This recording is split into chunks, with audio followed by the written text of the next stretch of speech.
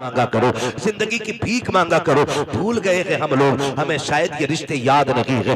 लोग तड़प जाते हैं, कहते हैं कि मेरा बाप अच्छा हुआ चला गया, गया तो घर खाली हो गया। शर्म आनी चाहिए, ये रिश्ते रब को कितने प्यारे हैं। बकरीद आने वाली है, सारे लोग गोश्त के चक्कर में पड़े रहते हैं। कोई कहता 80,000 का जानवर लिया है, कोई कहता 60 का लिया है। मेरे जैसा जानवर बस्ती में किसी का नहीं है। मुझे बताओ तो सही, ये कुर्बानियां जमाने के लिए हो रही है या खुदा के लिए हो रही है? अगर रब के लिए है तो फिर ये मुकाबला कैसा है, ये दिखावा कैसा है? जानवर को ला करके दरवाजे पे बांध दिया जाता है ताकि दुनिया देख करके जाए जैसा सेठ का बकरा है ऐसा किसी का बकरा नहीं है, जैसे फला का जानवर है वैसा किसी का जानवर नहीं है। शर्म आनी चाहिए। हमारी कुर्बानी अल्लाह के लिए हो, हमारी तमाम जितनी भी नेकियां हैं अल्लाह और उसके रसूल के पूरी कुर्बानी ये किसी रिश्ते की याद दिलाती है। इतनी आसानी से सिर्फ कुर्बानी कह के नहीं गुजरा जा सकता है। आप देखो तो सही तारीख का ये बाप पलटो, लोग हज करने के लिए जाते हैं, सफा मरवा की सही ये माँ बाप की और औलाद के रिश्ते की याद दहानी है। आप देखें जमजम आप पिएंगे तब भी तुम्हें माँ और बेटे का रिश्ता दिखाई देगा। आप जाएंगे जब शैतान को कम कर मारेंगे वहां भी तुम्हें बाप बेटे का रिश्ता दिखाई देगा। जब गर्दन पे छुरी चलाते हो जानवर की, गौर से देखना वहां भी बेटे का बाप का रिश्ता नजर आएगा। ये रिश्ता कितना अजीम है रब की बारगाह में। आप गौर तो करो प्यारे, आज हम ये समझ लेते हैं क्या किया दुनिया के बाप पालते हैं, हमारे बाप ने पाला तो कौन सा बड़ा काम कर दिया। हम नादान हैं, गलत कह रहे हैं इस बात को। उनसे पूछो जिनके पास बाप का साया नहीं है, जमीन कितनी तंग नजर आती है, खुशियां कितनी महदूद हो जाती है जब सर से बाप का साया चला जाता है। खुदा की कसम अगर बाप होता है तो पता नहीं चलता जवानी कब आ गई है, और अगर बाप चला जाता है तो फिर जवानी मुश्किल से मैसर हुआ करती है। जिस उम्र में बस्ते और किताबें होनी चाहिए उस उम्र में हाथों में औजार आ जाते हैं, मैकेनिक बना दिया जाता है, होटलों के बर्तन आ जाया करते हैं। माँ बाप का न होना जिंदगी को तबाह बर्बाद कर देता है। अल्लाह ने माँ बाप जैसी दौलत दी है, नौजवानों उनकी इज्जत करना, उनकी खिदमत करना। जब तक माँ बाप होते हैं ये समझ लेना खुदा की रहमतें नाजिल होती रहती है। मैं तारीख का ये बाप पलटना चाहता हूँ। आप तारीख उठा करके देखिए, अल्लाह के खलील हजरत इब्राहिम अलैहिस्सलातु व तस्लीम, हजरत इब्राहिम की आप जिंदगी पढ़िए। आपने पूरी जिंदगी रब की बारगाह में इम्तिहानात पेश किए, क्यों ना करते? क्योंकि खलील है, अल्लाह के दोस्त हैं, कुर्बानियां पेश कर रहे हैं, इम्तिहानात की मनाजिल से गुजरते जा रहे हैं। आज जानवर कुर्बान करने की बात आती है। अभी बात बताई थी, जैसा कि कहा गया था, अभी मुफ्ती साहब ने बताया था कि जब कुर्बानी की बात आती है लोग बहाना कर देते हैं, कर्जा है नहीं कर सकते, पता नहीं है चटनी नहीं चल रही है, रोटी नहीं चल रही है। और अगर कोई बेचने लग जाए अभी 1 लाख का मोबाइल खरीद लेगा, 70,000 का मोबाइल खरीद लेगा, लेकिन कुर्बानी के लिए 3500 रुपए देते हुए कलेजे फट जाया करते हैं। तुम्हें सोचना चाहिए कुर्बानी अल्लाह की बारगाह में बहुत बड़ी इबादत है। फरमाया गया कुर्बानी के दिनों में कुर्बानी से बड़ी कोई इबादत नहीं है। अगर कुर्बानी की जगह पे आप एक सोने का ढेर भी अल्लाह की राह में खर्च कर दो तब भी अल्लाह उतना राजी नहीं होता है जितना तुम्हारी कुर्बानी से अल्लाह राजी हुआ करता है। इसमें बहाने ना बनाया करें, इसमें आप हीले तलाश करके ना निकला करें। तारीख का ये बाप पलटिए, शुक्र अदा करें अल्लाह ने जानवर की कुर्बानी मांगी है। अगर बेटे की कुर्बानी मांग लेता तो अल्लाह ने अपने खलील से बेटे की कुर्बानी मांगी, हमसे मांग लेता तो बकरा देने तैयार नहीं है। बेटे के मामले में फिर क्या होता? वो करीम है, उसने इब्राहिम खलीलुल्लाह की सुन्नत को जिंदा करने के लिए हमसे जानवर की कुर्बानी मांगी, जानवर की कुर्बानी जिंदा मांगी, जानवर की कुर्बानी मांगी है। और आप इस बात पे भी गौर करें, इस बात पे भी गौर करें, अगर आप मुसलमान हैं तो आपको आजमाया जाएगा। कहते यार मुसलमान है और हम पे मुसीबतें आ रही हैं। हाँ, आप मुसलमान हैं तो आप ही को आजमाया जाएगा। वो कहा था किसी ने शहादत गए उल्फत में कदम रखना है। लोग आसान समझते हैं मुसलमान होना, जब आपने कहा है ना ला इलाहा इल्लल्लाह तो फिर अब इम्तिहान से भी गुजरना पड़ेगा, आपको इम्तिहान देना पड़ेगा। और आप ही नहीं, सबने इम्तिहान आती है। मेरे नबी फरमाते सबसे ज्यादा मुझे आजमाया गया है, सबसे बड़े बड़े इम्तिहानात मेरे रखे, मेरे महबूब के सबसे बड़े इम्तिहानात रहे। लेकिन हुजूर ने इम्तिहानों में क्या किया? तारीख गवाह है, किसी ने पत्थर मारे मेरे हुजूर ने बदले में पत्थर नहीं मारा, किसी ने सितम किए तो हुजूर ने बद्दुआ नहीं की। मक्के से निकाले गए लेकिन हुजूर ने कभी बद्दुआ के लिए हाथ नहीं उठाए, यहां तक कि ताइफ में पत्थर लगे हुजूर के हाथ उठ गए। हाल क्या था? जूतियां खून से भरी हैं, बदन कपड़े खून से शराबोर है, चेहरे से खून बह रहा है, लेकिन हाथ उठे तो यही कहा था, मालिक इन्हें अजाब ना देना, इन्हें बख्श दे, मालिक इन्हीं की नस्ल से दीन के अलमबरदार पैदा फरमा दे। ये हमारे हौसले हैं, ये हमारे मामलात हैं। जरा से इम्तिहान आता जाए, लोग को कलेजे फट जाते हैं। हम मुसलमान हैं, हम पे ये सितम हो रहा है, हम मुसलमान हैं, हम सताए जा रहे हैं, कहाँ है अल्लाह की मदद नहीं आती, कब आएगी अल्लाह की मदद। ओ भाई इम्तिहान की घड़ियां हैं, इनको जरा संभल के पार करना है। जो इम्तिहान में पार हो जाता है, इम्तिहान पास कर जाता है, समझ लेना दुनिया भी कामयाब है, आखिरत भी कामयाब है। कैसे कैसे आजमाया जाता है, यही अल्लाह के खलील है। आपको कैसे आजमाया गया, जंगल में रखा गया, अल्लाह के खलील ने सब्र किया, फिर क्या किया गया, लोगों ने बहुत सताया, परेशान किया, आपने बुत तोड़े, लोग दुश्मनी पे आमादा हो गए, यहाँ तक के नारे अमरूद को तैयार किया गया। आग इतनी तेज थी कि परिंदा कोई ऊपर से गुजरता तो वो गिर जाया करता था और मर जाता था उसकी तपिश से। अल्लाह अकबर, तारीख का ये बाब पलटते चले और देखते चले। जब उसी नमरूद की आग में डालने की बारी आई, हजरत जिब्रील अमीन ने आके कहा था, इब्राहिम रब के खलील हो, मैं रब की बारगाह तक जाता हूँ, अगर कोई जरूरत हो तो बताएं। आप मंजनीक के अंदर रखे हुए हैं, ये नहीं कहा था जिब्रील देखो सामने आग है, मैं मंजनीक में हूँ, कहा था कि मैं जानता हूँ, मेरा रब भी जानता है, मुझे कोई जरूरत नहीं है। कहा फिर अपने रब ही से कह दो, कहा जो सब जानता है उससे कहने की जरूरत क्या है, जिसमें वो राजी है उसमें मैं राजी हूँ। ये कह के आप राजी हो गए। जब नारे नमरूद में डाला गया, अल्लाह ने आग को ठंडा होने का हुक्म दिया, आग ठंडी और सलामती वाली हुई। आप नारे नमरूद में रखे, बाहर तशरीफ लेकर के आए। उसके बाद फिर आप हजरत सारा के साथ अपना वतन छोड़ देते हैं। बहुत लंबा वाकया है, बादशाह ने पकड़ा। फिर उसके बाद बदले में आपको हजरत हाजरा भी तोहफे में पेश की गई। हजरत हाजरा से आपने निकाह किया। जब कोई औलाद न थी, अल्लाह ने हजरत हाजरा से एक बेटा अता फरमाया। जब एक बेटा पैदा हुआ, आपकी मोहब्बत ज्यादा हो गई, फरिश्ते बातें करने लगे, मालिक ये तेरा खलील है, तेरा दोस्त है, लेकिन अपने बेटे से बहुत ज्यादा प्यार करता है। रब ने फरमाया, इब्राहिम का जी रब्बे जलील का बेटे को अपने आप से दूर कर दो। कहा क्या करना है मालिक, का ऐसी वादी में छोड़ के आओ जहां पे कोई आबादी ना हो। हजरत इब्राहिम खलीलुल्लाह ने बेटे को लिया, आज वहां लेकर के आए जहां आज काबा मौजूद है। उस जमीन पे बीवी बच्चे को लेकर के आए। तारीख का ये बाप बड़े सुनहरे अल्फाज में लिखा हुआ है, बहुत गौर से सुनना प्यारे, और जाकर के बहन बेटियों को भी ये बाप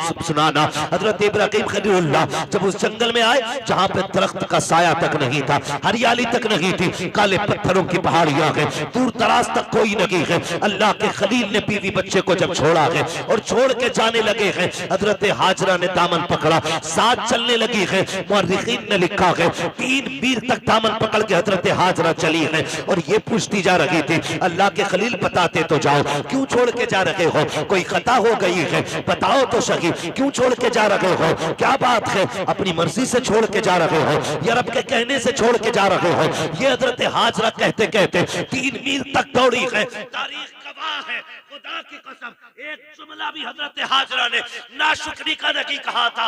आज शौहर अगर बीवी के पसंद के कपड़े न लाता है तो फिर बीवियां बिगड़ जाया करती हैं, कहती तुम्हारे घर में सुकून नहीं मिला है, जब से तुम्हारे घर में आई हो मुझे मिला कि क्या है, इस तरह के ताने दिया करती है। ए मेरी बेटी, मेरी बहन, कान खोल के सुन लेना, तेरी जन्नत तेरे शौहर के कदमों में रखी गई है। तू लाख सजदे कर ले, लाख नवाफिल पढ़ ले, अगर तेरा शौहर तुझसे नाराज है तो खैरियत नहीं है। अगर तेरा शौहर 2 पैसे की चीज लेके आता है, उससे चेहरा बिगाड़ के बात ना कर, उसका मुस्कुरा के इस्तेमाल करना। तू नहीं जानती है कि तेरे शौक तो इतने हैं कि शौहर की कमाई उतनी नहीं है। लंबी लंबी लिस्टें बना के दी जाती है, मुझे 7,000 का जोड़ा चाहिए, 8,000 का जोड़ा चाहिए। मेरी बहन तो कनीज़े फातिमा ज़हरा है, तेरे लिए जन्नत में महल्लात तैयार किए गए हैं, जन्नत में जन्नती लिबास तेरे लिए है। फकत इतना करना है, तुझे अपने शौहर की रजा में राजी रहना है। तू कौन है, तेरी औकात क्या है, ना तू वली की बेटी है, ना तू नबी की बेटी है, ना तू नबी की बीवी है, ना तू वली की बीवी है।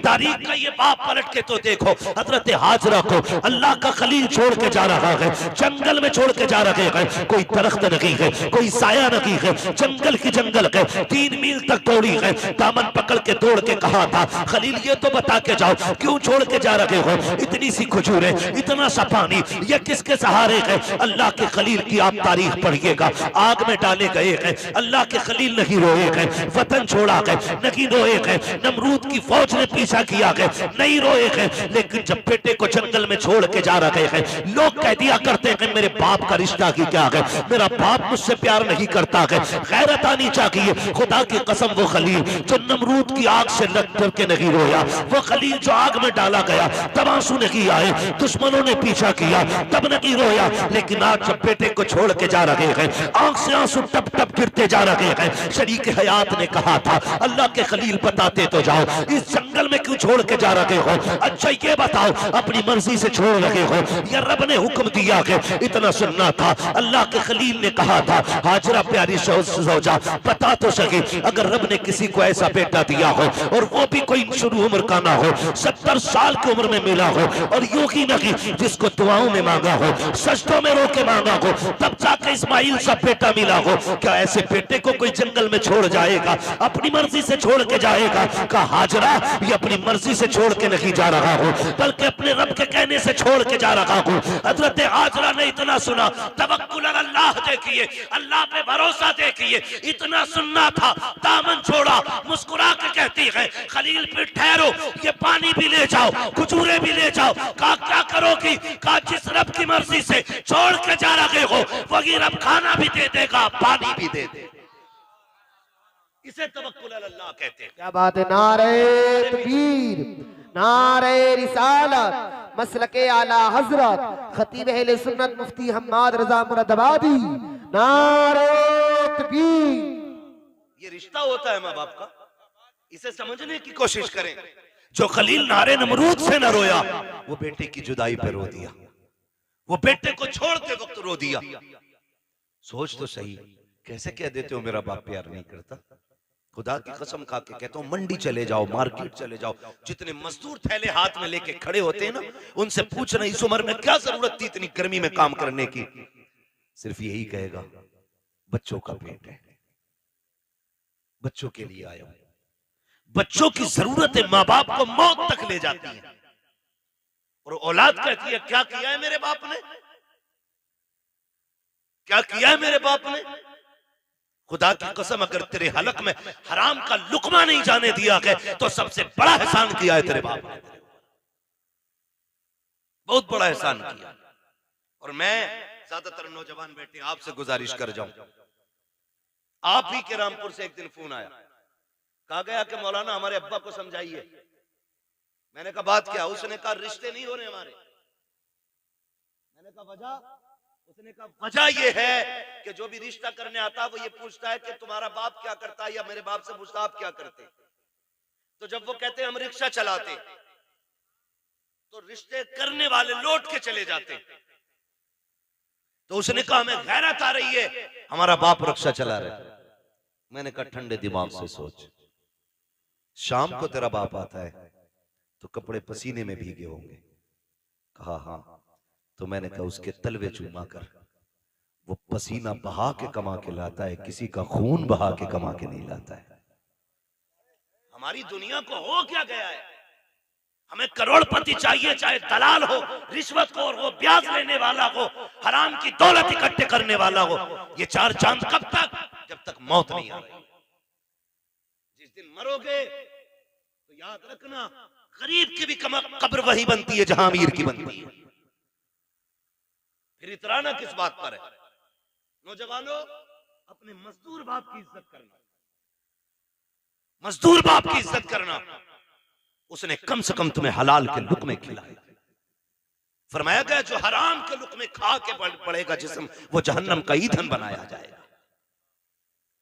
क्या यह एहसान नहीं किया बाप ने कि ईंटें ढोता रहा, रक्शे चलाता रहा, बोझ उठाता रहा, लेकिन किसी के आंसू बहा के पैसा नहीं लाया, किसी का हक मार के पैसा नहीं लाया, किसी को सता के पैसा नहीं लाया। तुझे क्या पता है? लोग कहते मजदूर के घर बेटी नहीं देनी है। मैं कहता हूं अगर बेटी देनी है तो मजदूर के घर दे। खुदा की कसम तेरी बेटी को जो इज्जत मजदूर के घर मिल सकती है वो दुनिया के दौलतदार के घर नहीं मिलेगी। किसी रिश्वतखोर या प्याजुए के घर जाकर के तेरी बेटी को वो इज्जत नहीं मिलेगी जो एक मजदूर के घर तेरी बेटी बेटी को इज्जत और सुकून मिल सकता है। वजह ये है आज हम इज्जत हम मजदूर को जलील समझते हैं। महबूब की चौखट है। एक गरीब सहाबी आए, आका करीम को सलाम पेश किया, अर्ज करते हैं या रसूल अल्लाह, आज माशरा बहुत बिगड़ता जा रहा है, क्या बात है? आका हम मजदूर डिपार्टमेंट से ताल्लुक रखते हैं, हमारी मजदूरी नहीं दी जाती है, लोग पैसा मार लेते हैं, आका में कई कई दिन तक धक्के दिए जाते हैं। मेरे नबी ने इतना सुना उठ के खड़े हो गए, फरमाया मुसाफा नहीं करोगे? कहते हैं या रसूल अल्लाह, हाथ ऐसे नहीं है जो आपके हाथ में दिए जा सके। क्या बात है? काका इन हाथों से मजदूरी करता हूँ, हाथों में छाले पड़े हैं, फेटे हैं, कहां आप जैसे आपके गुलाब जैसे हाथ, कहां मेरे ये सख्त हाथ। आका खैरत आती है आपके हाथ में हाथ देते हुए। मेरे नबी ने उसके हाथ देखे, फरमाया ला तेरे हाथों को बोसा दे दो। इतना सुनना था, मजदूर की आंख में आंसू आ जाते हैं। या रसूल अल्लाह, आप बोसे की बात करते हैं, यहाँ मजदूर को बगल में बैठा के कोई पानी नहीं पिलाता है, यहाँ साथ बैठा करके कोई एक प्लेट में खाना नहीं खिलाता है। आका आप हैं कि चूमने की बात कर रहे हैं। मेरे नबी ने इतना सुना, फरमाते हैं खाली सिर्फ निजाम नहीं बनाना है, बल्कि जमाने को मजदूर की इज्जत भी बतानी है। आका करीम ने जब मजदूर के हाथ को बोसा दिया, तड़प गया आका, इतनी इज्जत, फरमाया सिर्फ इज्जत नहीं, एक कानून भी बता रहा हूं, जाओ जमाने से कह देना कि मजदूर की मजदूरी पसीना सूखने से पहले दे दो। कहा ये इज्जत किसने दी है? तो बता देना ये इज्जत मदीने वाले मुस्तफा ने अता की।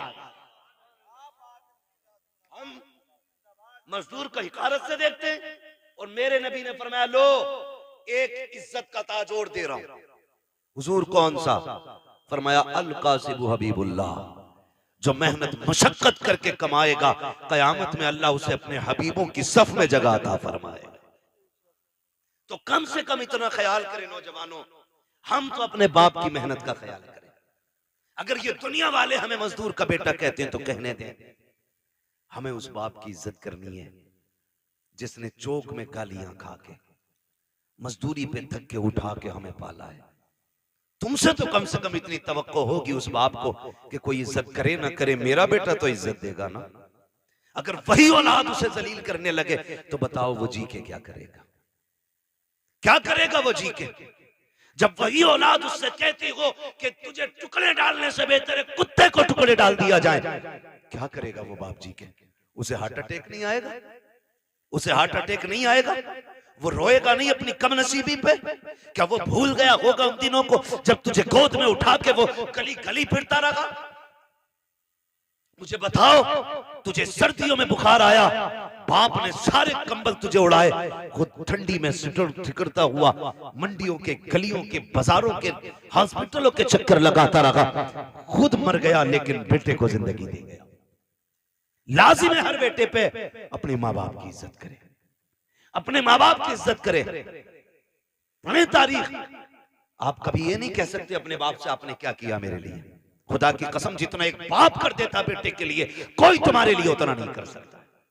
मैं तो चैलेंज के साथ कहता हूं, एक बाप को तोलने के लिए ना खुदा की कसम जिंदगियां कम पड़ जाएंगी, लेकिन बाप की मशक्कतों का अंदाजा नहीं लगाया जा सकता। आप नहीं जानते एक आदमी को अपना पेट पालने में कितनी मुश्किल आ सकती है। कोई मुश्किल बात है एक आदमी को पेट पालना? कोई मुश्किल बात नहीं, और कोई मशक्कत भी नहीं। अकेला बंदा कहीं भी खा पी के गुजारे कर लेता है, लेकिन दुनिया भर की सहूलतें बाप औलाद के लिए उठाता है, औलाद के लिए उठाता है। बेटा पैदा हो मीठा तकसीम करता है, जवान हो जाए तो निकाह की तैयारियां करता है। हाँ, आप देखें ना मास्टर इरफान साहब, इन्होंने इतना खर्च किया। मैं कहता हूं कि अगर और इनका बेटा ना इनकी दवा के लिए सिर्फ इतना खर्च कर देना जितना आज इन्होंने किया अपने बच्चों के लिए, तो शायद बड़े सुखी रहेंगे। लेकिन हम भूल जाते हैं, हम अपने बाप की दौलत को अपनी समझते हैं, लेकिन अपनी दौलत को बाप की दौलत नहीं समझते। ये कड़वी सच्चाई। जो बाप कमाता रहा है, तुम अपनी मर्जी से फर यारों में उड़ाते रहे, फर उड़ाते रहे। अब्बा आज मेरा बर्थडे है, अब्बा आज मैं पास हुआ हूं, यारों को पार्टी देनी है। वो कैसे कमा के लाता रहा उसने तुमसे नहीं बताया। जो तुम मांगते रहे वो देता रहा। उसने बुढ़ापे में इतना कहा था, बेटे खांसी बढ़ गई है, एक सिरप चाहिए। तुमने मुंह बिगाड़ के कहा तुम्हारे खर्चे उठाऊं या औलाद के खर्चे उठाऊं? लोग कहते हैं बाप उस दिन मरा जिस दिन सांसें रुकी। मैं कहता हूं नहीं, ये तो उस दिन मर गया था जिस दिन बेटे ने हाथ रोक लिया था, उसी दिन बाप मर गया था। खुदारा बदलो अपने आप को, अपने बाप की इज्जत किया करो।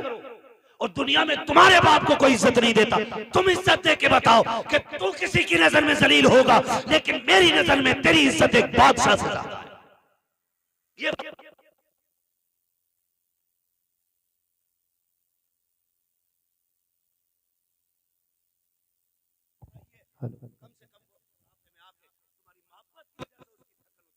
ये कोशिश किया। अक्सर नौजवान मेरे सामने बैठे, अल्लाह करे हर नौजवान अपने बाप की इज्जत करने लग जाए, बाप की इज्जत करने लग जाए। हम तो ये सोचते हैं ना, ये सोचते हैं ना जो भी कमाया वो हमारा है, हमारे बाप का कुछ नहीं है। नहीं, ख्याल करो यार, ख्याल करो। एक बाप की जिंदगी अपनी औलाद के लिए पूरी सर्व कर देता है बाप। मैं अर्ज कर रहा था, अल्लाह का खलील बेटे को छोड़ते वक्त, बेटे को छोड़ते वक्त, बेटे को छोड़ते वक्त अल्लाह के खलील रो दिए, रो दिए। तारीख का ये बाप भी पलटे। तवज्जो है? थके तो नहीं अभी? अगर नहीं थके तो बोले जरा या रसूल अल्लाह। हमारे अलीम भाई बता रहे थे कि ये बड़े सुस्त लोग बैठे, और नकीब साहब भी फरमा रहे थे हल्के में मत लेना। अल्लाह सलामत रखे। मैं आपसे ये भी नहीं कहूंगा कि आप हाथ उठा के सुभान अल्लाह को या उठ के सुभान अल्लाह को। मैं कहता हूं जो मैं बात कह रहा हूं इसे दिल पे लिख के ले जाना। अगर आज के बाद एक बाप को भी इज्जत मिल गई ना, तो मैं समझूंगा हम सबका यहां आना कामयाब हो गया, आपका बुलाना कामयाब हो गया। बस यही कोशिश रहती है। मेरी तकरीर तबे यार को बेचैन करती है, सबब के आगे वही कहता हूं जो दिल पर गुजरती है। मुझे बहुत दूर से बुलाया है, मैं बजाय तो मुरादाबाद का हूं, और लेकिन पूछा मुफ्ती साहब क़िबला से, अपने भी घर आना पड़ता तो जहाज से ही आना पड़ता। बिना फ्लाइट के अपना घर भी मैसर नहीं होता है। अल्लाह ने ये ड्यूटी लगा रखी है, जब तक वो चाहेगा ये नौकरी अंजाम देते रहेंगे। मगर आपसे इतनी गुजारिश है, इतनी मेहनत से हमारे इरफान भाई ने ये महफिल सजाई है, ये कोशिशें की हैं, आपके बैठने का इंतजाम किया है, सिर्फ इसलिए किया था कि हमारी बस्ती वालों तक दीन की कुछ बातें पहुंच जाए, दीन की कुछ बातें पहुंच जाएं। अल्लाह करे आज के बाद किसी बाप को इज्जत मिल जाए, कोई मां मुस्कुराने लग जाए, खुदा की कसम फिर समझ लेना इनका ये जो सारी कोशिशें करना है अल्लाह की बारगाह में मकबूल हो गया। अल्लाह के खलील तो छोड़ के आ गए, हजरत हाजरा ने बेटे को लिया, पलट के उसी जगह पे आई जहां छोड़ के गए थे। पहली शाम आई, जब शाम आई तो दरिंदे जानवर बाहर निकल के पहाड़ियों से आए, बाहर निकल के आए पहाड़ियों से और चीखने लगे। जब बोलने लगे, हजरत हाजरा की गोद में हजरत इस्माइल है, आपने ना एक खारदार लकड़ी तोड़ी दरख्त से, किसी पेड़ की कोई शाख तोड़ी और उसको आसमान में घुमाया। फिर आपने जानवरों को मुखातब करके कहा, खबरदार शर्म नहीं आती है, देख नहीं रहे हो किस पे भौंक रहे हो? मैं एक नबी की माँ हूं, एक नबी की बीवी हूं, मेरी गोद में जो लाल है कोई आम बेटा नहीं, मेरी गोद में रब का इस्माइल लेटा हुआ है, रब का इस्माइल लेटा हुआ है। कहा खबरदार भौंकने की जरूरत ना करना, हम पे भौंकने का मतलब है नबी की इज्जत पे भौंकना। अल्लाह इतना कहा, सारे जानवर पलट के चले गए, सारे चले गए। फिर वो पानी, वो खजूरें, वो सत्तू, वो क्या सब कुछ जो भी दिया था कब तक चलना, सारे ही खत्म हो, जो भी खाने पीने का सामान था खत्म हो गया। लेकिन माँ माँ होती है। फिर वो वक्त भी आया कि माँ के सीने का दूध भी खुश्क हो गया। फिर जब बेटे ने सूखी जबान होठों पे फेरी तो माँ से देखा ना गया। तारीख गवाह है, हज करने के लिए जाओ, हुक्म होता है सफा मरवा की सही करो। मालिक ये क्या है? कहा यहाँ मेरी हाजरा दौड़ी थी। फिर क्या करना है? कहा जब तक दौड़ेगा नहीं तेरा हज पूरा नहीं होना है, तुझे दौड़ना जरूरी है। मालिक क्यों दौड़ाया गया? कहा जब जब यहाँ आके तुम दौड़ोगे ना तो तुम्हें माँ और बेटे की मोहब्बत का एहसास हो जाएगा।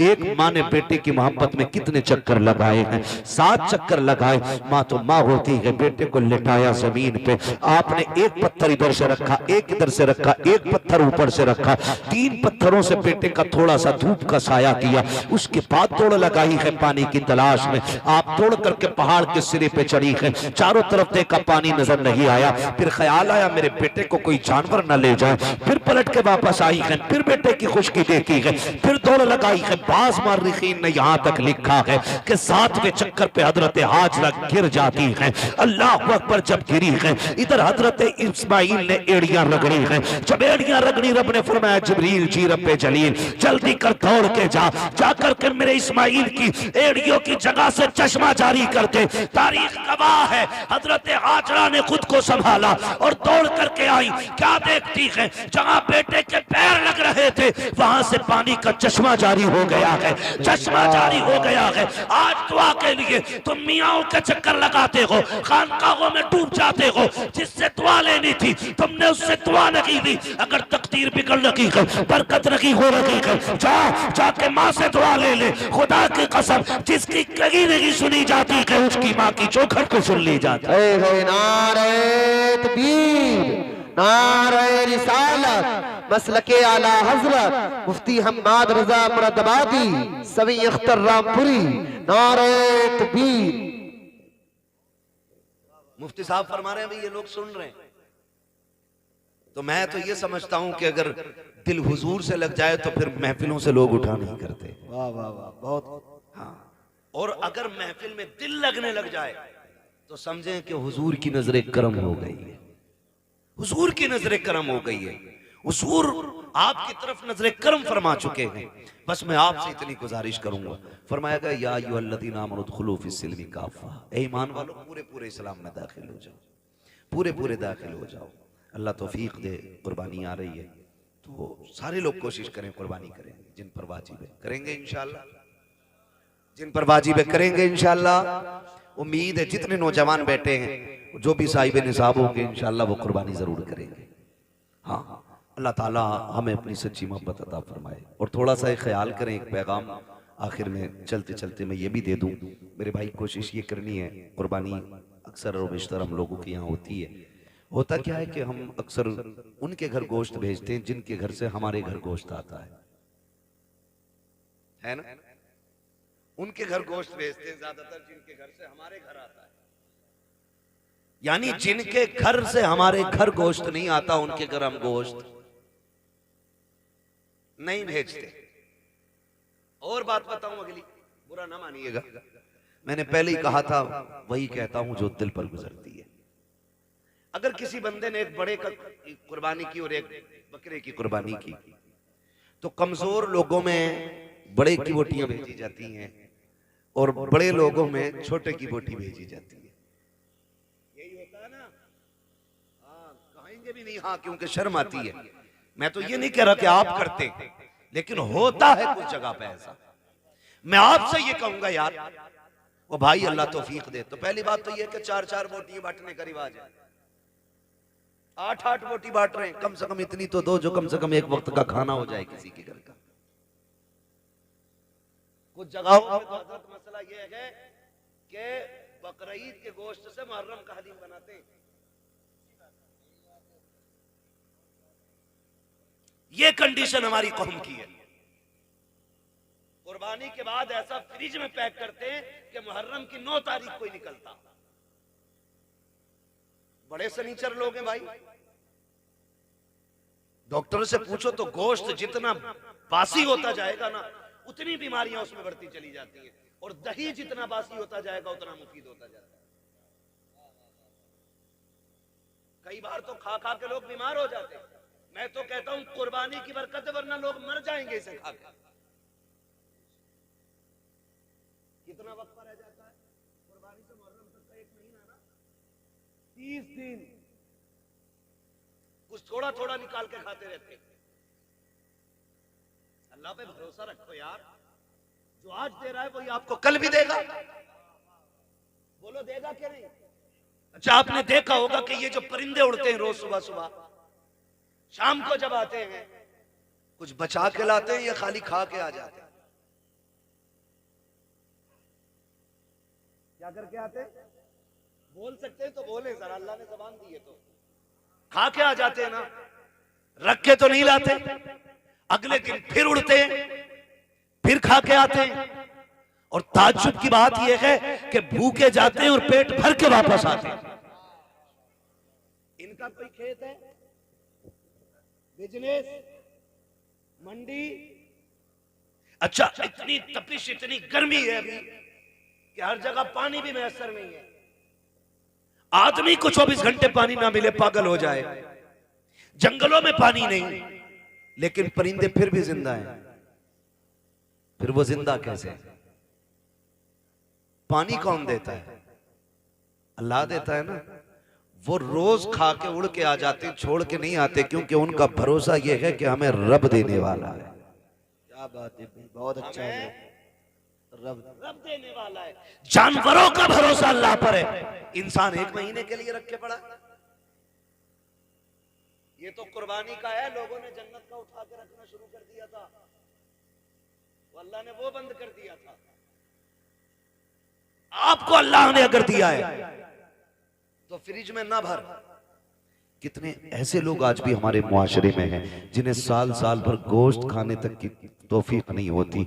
वजह इतनी ये है, कंजूस नहीं है, कमजोर लोग हैं, मजदूर लोग हैं, महंगाई ने कमर तोड़ दी है। किसी के आगे बेटियां जवान हैं, किसी के घर में बेटे परेशान है, किसी को बीमारी ने घेर रखा है, कोई मुसीबत में है, कोई आजमाइशों में है, कोई बीमारियों में है। इस वजह से कितने लोग गोश्त नहीं खा पाते हैं। अल्लाह ने तुझे तौफीक दी है। ओ यार, अगर तूने बकरे की कुर्बानी की है, अमीर तो 8वें दिन 10वें दिन बकरा खा ही लेता है, कभी उस गरीब के घर भी बकरे का गोश्त भेज दिया करो। जिसके बच्चे बाप से कहते हैं बकरे का गोश्त हमने नहीं खाया है, कभी हमको भी बकरे का गोश्त खिलाया जाए। कई बार मजदूर गरीब मंडी गया है, कई बार दुकान जाकर के लौट आया है, का बेटे गया तो था 700-800 का रेट था, इतनी तो तेरे बाप की मजदूरी भी नहीं है, जितने का गोश्त था ये सोच करके बाप लौट आता है। तुम्हें रब ने अगर तौफीक दी है, अगर तुमने छोटे की कुर्बानी की है अल्लाह की रजा के लिए, कभी उन गरीबों के घर दे दो जिनके यहाँ कभी गोश्त नहीं गया है। खुदा की कसम खा के कहता हूँ, तूने 4 बोटी अगर अमीर के लिए दी है, चर्चों के लिए दी है, ताल्लुकात के लिए दी है, सिर्फ वाफा के लिए दी है, तो ये 4 दिन के लिए है, खत्म हो जाएगा। अगर तूने वही बोटियां किसी गरीब की दिलजोई के लिए दी है, खुदा की कसम मर के कयामत में आना, अल्लाह तुझे इज्जतों के ताज अता फरमा। वाह वाह वाह, जिंदाबाद जिंदाबाद, बहुत खूब। गोश्त उन्हें दे जिनके यहाँ हुआ ही ना हो। कई बार ऐसा होता है जिनके घर कुर्बानी हुई है, 2 क्विंटल में से 50 किलो इसके घर रखा, और मोहल्ले वालों ने भी एक तसला भेज दिया। और कितने गरीब ऐसे होते हैं कि बकरा ईद के घर दिन भी उनके घर में दाल बनती है। इसे ईद कहते हो? तेरी बस्ती के अंदर अगर एक बंदा भी ईद के दिन चटनी से खाएगा तो तुझे गैरत से मर जाना चाहिए। अल्लाह तौफीक दे तो ये गरीबों में तकसीम करेगा। आपके घर के होते हुए किसी घर में दाल या चटनी नहीं। आज ये रब की दावत का दिन है, रब की दावत का दिन है। हर घर में गोश्त की खुशबू आनी चाहिए, हर घर में तकसीम करें। और याद रखिए, जो अल्लाह के लिए करता है फिर अल्लाह कभी उसको गिरने नहीं देता है, गिरने नहीं देता है। और वो लोग बेवकूफ हैं जो उठा के रखते हैं। जब बर्तन खाली होता तभी नया भरा जाता है, जब पहले से भरा होता तो फिर उसमें जगह ही नहीं होती, वो भरेगा कहां से? आप खाली करते रहो, मेरा रब तुम्हारे बर्तनों को भरता रहेगा। जो खर्च करना नहीं जानते उन्हें कमाइयों का भी तरीका नहीं आता है। कमाई का भी तरीका उन्हीं को आता है जो खर्च करना जानते हैं। आप अपनी कमाई में गरीबों का हिस्सा रखें। कुर्बानी आ रही है, सारे लोग कुर्बानी करें। अल्लाह तौफीक दे, अपने बच्चों को दीन की तालीम दे। जिस तरह हमारे इरफान भाई ने अपने बेटों के अकीक़े की खुशी में, बेटियों की खुशी में माशाअल्लाह खुश नसीब हैं। फरमाया गया अल्लाह जिसे 3 बेटियां दे और वो पाल पोस के उन्हें इज्जत से रुखसत कर ले, हुजूर ने फरमाया वो बंदा जन्नती होता है, वो बंदा जन्नती होता है। और फिर अल्लाह ने 3 बेटियां दी हैं, मुज्दा मुकम्मल है। यहाँ तक कि 2 बेटियों के लिए भी खुशखबरी है, 1 बेटी वाले के लिए भी खुशखबरी है। लेकिन सबसे पहले 3 का तज़किरा आया था। अल्लाह ने 3 बेटियां दी हैं, 1 बेटा दिया है। अल्लाह आपको भी बेटी बेटा देना। तो मैं तो ये कहता हूँ कि बेटी पे भी उतनी खुशी किया करो जितने बेटे की पैदाइश पे खुशी करते हो। इसलिए कि याद रखना, कभी कभी बेटे वो काम नहीं करते जो बेटियां काम कर जाया करती हैं। और बेटियों की मोहब्बत बाप से हमेशा जुदा होती है। बेटी के प्यार को बेटों का प्यार नहीं लगा करता है। आप भी जानते होंगे, आपसे जितनी मोहब्बत आपकी बेटी करती है उतना आपका बेटा नहीं करता होगा। इसलिए कि बेटियां तड़प जाती हैं बाप के बगैर, पूरी जिंदगी वो सिर्फ बाप के चेहरे की मोहताज रहती हैं। और फिर अल्लाह ने बेटी की मोहब्बत भी बाप के दिल में कैसी डाली है। मेरे नबी ने खातून जन्नत को सीने से लगा के कहा था, मेरी फातिमा मेरे जिगर का टुकड़ा है। जिस दिन मेरे नबी ने कहा मेरी फातिमा मेरे जिगर का टुकड़ा है, उस दिन से आप जाकर के मंडी में देखो, सफेद बालों वाला रक्षा चला रहा होगा, कमर झुकी है लेकिन मजदूरी कर रहा होगा। क्या बात है चाचा, क्यों मजदूरी कर रहे हो? कहा बेटी को रुखसत करना है। ये बाप तो कत्ल कर देता था, ये बाप तो दफन कर देता था इस बेटी को। आज इस बेटे बाप के दिल में बेटी का प्यार कितना आ गया है। खुदा की कसम बुढ़ापे में मजदूरी कर रहा है ताकि बेटी को इज्जत से रुखसत कर सके। और जब घर आता है ना तो सारी थकन बेटी का चेहरा देख के उतर जाया करती है। ये प्यार अल्लाह ने बेटियों का दिल में जिंदा रखा है, ये कायम किया है। जब बेटी शुरू में पैदा होती है तो बाप को बोझ लगती है, जैसे जैसे दिन बढ़ते जाते हैं वैसी वैसी बेटी की मोहब्बत के दिल में चिराग रोशन होते चले जाते हैं। फिर यही बेटी जब रुखसत होती है तो बाप किसी की मैयत पे इतना नहीं रोता जितना बेटी की रुखसती पर रोया करता है। ये प्यार किसने पैदा किया है? ये रब ने पैदा किया है। अल्लाह बेटा दे तब भी खुशी मनाओ, बेटी दे तब भी खुशी मनाओ, इसलिए कि बेटा नेमत होता है, बेटियां खुदा की रहमत हुआ करती है। नेमत का हिसाब दोगे, रहमत का हिसाब नहीं होगा। और फरमाया गया कि बेटियां बाप के लिए जहन्नम की और बाप के दरमियान दीवार होती है। जिनको बेटियां रब ने दी है, सिर्फ बेटी नहीं दी गई है बल्कि उसे जन्नत का परवाना दे दिया गया। अल्लाह हमें बेटियों की इज्जत करने की तौफीक अता फरमाए, बेटियों से प्यार करने की तौफीक अता फरमाए। हम अपने बेटे बेटियों की खुशी में इसी तरह की महफिलें आबाद करते रहे। बस जो हुए अगलात उनको माफ फरमाए रब्बे कायनात। जिंदगी ने दिया साथ, फिर होगी मुलाकात, चमन रहा फूल खिलेंगे, जिंदगी रही फिर मिलेंगे। मुसाफिर हम भी, मुसाफिर हो तुम भी, किसी मोड़ पर फिर मुलाकात होगी। फकीरान आए सदा कर चले, सदा खुश रहो ये दुआ कर चले। सारे लोग कलमा शरीफ पढ़ लीजिए, ला इलाहा इल्लल्लाहु मुहम्मद रसूलुल्लाह। मेरी सारी बातें याद रखेंगे, माँ बाप की इज्जत करेंगे इंशाल्लाह। सारे बोले इंशाल्लाह और जोर से। अपनी जिंदगी में अपने बाप को दुख नहीं होने देना है। कोई हमारे बाप को इज्जत दे ना दे, हम अपने बाप को इज्जत देंगे। दुनिया कितना भी नीचा समझे लेकिन हम अपने बाप को यह एहसास दिलाएंगे कि हम अपने बाप को एक बादशाह से ज्यादा इज्जत देते हैं। हमारी जिंदगी में हमारे बाप का वो वकार है जो बादशाह का वकार रियाया की नजर में होता, ये हमें एहसास दिलाना है और अपने बाप की खिदमत करनी है। अगर उनकी जिंदगी आपको मिल गई है तो आप खुश नसीब होंगे अगर उनकी खिदमत करके जन्नती हो जाएं। आपकी कमाई अगर बाप पे लग रही है तो आप नसीब वाले हैं। किसी की कमाई कुत्तों पे लगती है, किसी की कमाई मुकदमों में लगती है, किसी की कमाई झगड़ों में लगती है, किसी की कमाई बीमारियों में लग जाती है। नसीब वाले हैं जिनकी कमाई माँ बाप के काम आ जाया करती है। अपनी कमाई का हिस्सा अपने माँ बाप पे खर्च कीजिएगा। दूसरी बात मैंने कही थी, कुर्बानी आ रही है, जिन पे कुर्बानी वाजिब है वो सारे लोग कुर्बानियां करें। तीसरी बात एक और ये भी कही मैंने कि खुदारा अपने दुश्मनों को माफ करने का हौसला पैदा करें। अगर आजमाइशें हों अल्लाह की तरफ से, कोशिश ये करें कि हम इस आजमाइश में मुकम्मल उतरेंगे। मुसीबत आए सब्र करना है, अल्लाह इज्जतें दे शुक्र करना है। शुक्र करने के तरीके ये होते हैं, अल्लाह ने दौलत दी है तो अल्लाह का जिक्र किया जाए, अल्लाह को राजी किया। ये नहीं कि प्रधान के बेटे पे दौलत आ गई तो वो डीजे न बजा रहा है, लड़कियां नचा रहा है ला करके।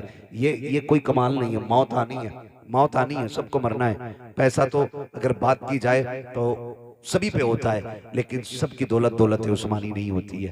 दौलत उस्मानी वो होती है जो अल्लाह और उसके रसूल के नाम पे खर्च की जाती है। अल्लाह और उसके रसूल के नाम पे जो दौलत खर्च की जाती है, तो कोशिश ये करें हम अपनी कमाई को हराम जगह नहीं हलाल जगह खर्च करेंगे। करेंगे ना इंशाल्लाह ऐसे ही। सारे नौजवान वादा करते हैं इंशाल्लाह माँ बाप की इज्जत करेंगे, रिश्तों का ख्याल करेंगे। याद रखिएगा मैंने कहा जैसे इरफान भाई ने आज अपने बच्चों की खुशी मनाई है ना, हमारे बाप ने भी हमारी विलादत की खुशी मनाई होगी।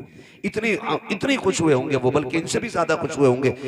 हर कोई यही अपने बारे में तसव्वुर करे तो कोशिश ये करें हमें अपने माँ बाप को दुख नहीं देना है। कुर्बानी में जब गोश्त की बारी आए तो तकसीम करना है, दो दो बोटियां नहीं, कम से कम इतना देना है कि किसी के एक घर की किसी दिन की हंडिया हो जाए। कभी कभी ना तो किसी के लड्डू किसी के घर की मुसीबत बन जाते है ना।